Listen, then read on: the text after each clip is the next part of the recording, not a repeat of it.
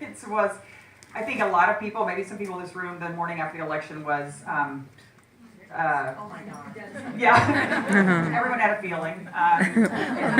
But one of the things was, I mean, and I write about this in the book, you know, trying to talk to my children at 2 and 3 in the morning, and you know, just really how devastating that was for so many of us who had young children or older children who'd never lived under an administration other than President Obama, and like had kind of gotten used to like the world moving forward. And the next morning, as I say, while a lot of people couldn't get out of bed, maybe for weeks, folks at Planned Parenthood all across this country, doctors and clinicians and escorts, they didn't have a choice, and thank goodness they got up and they went to health centers all across America and opened the doors for women who were waiting for us there. And that to me is part of how you keep going, is you just look up and go, you know what, there are people who are depending on us being there. And it was fascinating.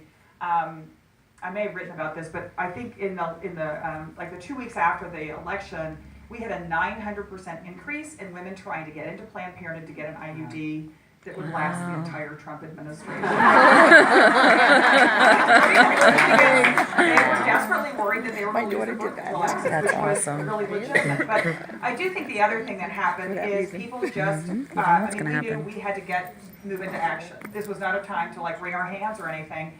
And so, of course, the women's marches happened, and that was, I think, for everyone a sign that, okay, there are folks who are ready to resist, if you will.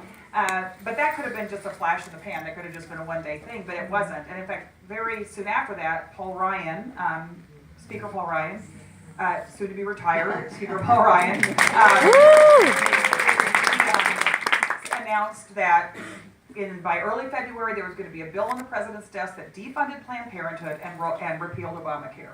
And the great thing was, I was standing in our Washington office that moment. The minute those words left his mouth, you could not get a phone call into the congressional switchboard because it had melted down with women calling from all over the country that were angry, and they never stopped. I mean, we had mobilization, town hall meetings, people canceling town hall meetings because there were so many irate women in pink, there, and I mean, it went on and on and on, and I kind of recount that year of the resistance. But I think the important thing to remember, and some people say, well, how did, every day, how did you plan and what did you think about it? It's like, I thought every single day we can keep Planned Parenthood open. That's approximately 8,000 people that got affordable health care that otherwise might not. And that was highly motivating. Anyway, so it is kind of nice to sit here today and say, okay, 14, 15 months later, not only has Paul Ryan announced his retirement, Obamacare is still the law of the land, and Planned Parenthood's health centers are open still all across the United States of America. So,